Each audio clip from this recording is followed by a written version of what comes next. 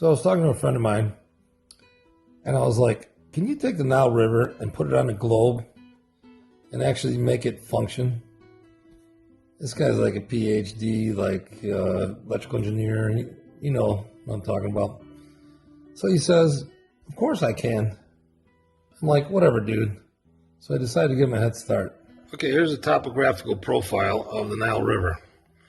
Here's Lake Victoria. It drains down into the Mediterranean Sea.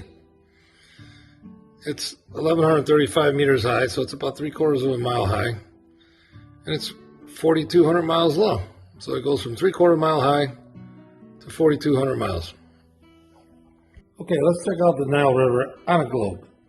So here's Lake Victoria. It flows north all the way to the Mediterranean Sea. So it goes from here to here. So let's check it out from the side view.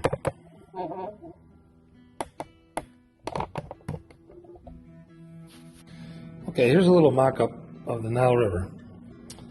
To make it accurate on a globe like this, it needs to be 0.008 of an inch thick. But for demonstration purposes, we'll just make it something I can actually hold in my hand. So let's lay it down across like that. And let me show you the top view. Okay, we're back to the side view. All right, the Nile River travels north from Lake Victoria to the Mediterranean Sea. It zigzags 4,200 miles, but it travels 2,400 miles.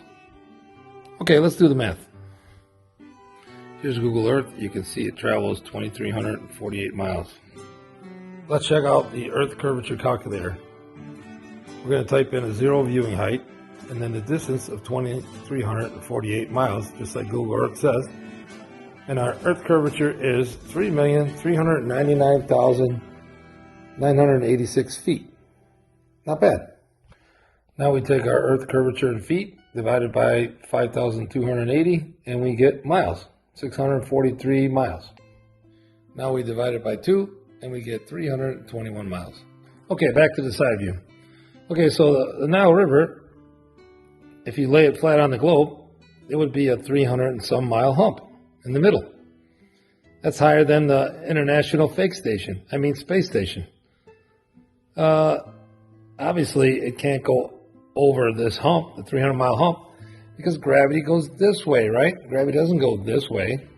It goes down this way. By the way, gravity is not a downward force. It's the bending of space-time.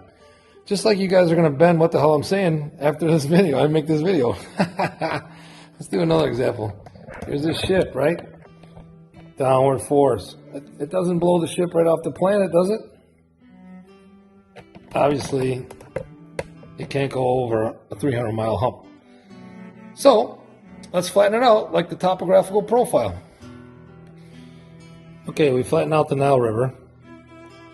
The Nile River only pitches 1 mile down. So, in fact, the last 1,000 miles of the Nile River only pitches 100 feet. So basically, we're going to lay our Nile River on top of the globe. And you can see it's floating up in the air on each end 300 miles. Do you know of anything that sticks up on the Earth 300 miles? I don't think so. Higher than a space shuttle? No. All right, so now let's pitch it so it actually drains into the Mediterranean Sea. Okay, that's awesome. Uh-oh. The one side is up like an inch. An inch on this globe is like more than 1,000 miles up. I don't think there's any mountains that are 1,000 miles high on the Earth anywhere. All right, so now if we lay it down flat, let's say we're going to shove it into the globe. And let's see what happens. Okay, here's our soft globe. See, it's sticking up 300 miles. All right, let's shove it into the globe. If we shove it into the globe and make it level where it pitches this way a mile, it's going to fill up with water. So that's out. I really don't see how this model can work. Okay, here's my model. It's a scientific fact that water seeks its own level. that makes all the oceans flat. So here's Lake Victoria, and it drains down into the Mediterranean Sea right there. So let's place our little mock-up river on here.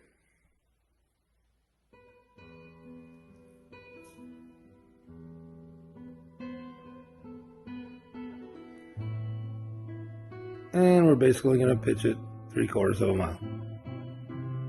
Piece of cake. Obviously, if you survey it, it's going to be 3/4 of a mile higher on this side, and it's going to pitch down to the Mediterranean Sea. 3/4 of a mile. No problem. Okay, so here's the challenge. Make a mock-up of a globe with a circumference of 25,000 miles with the Nile River as stated that actually works. I would love to see it.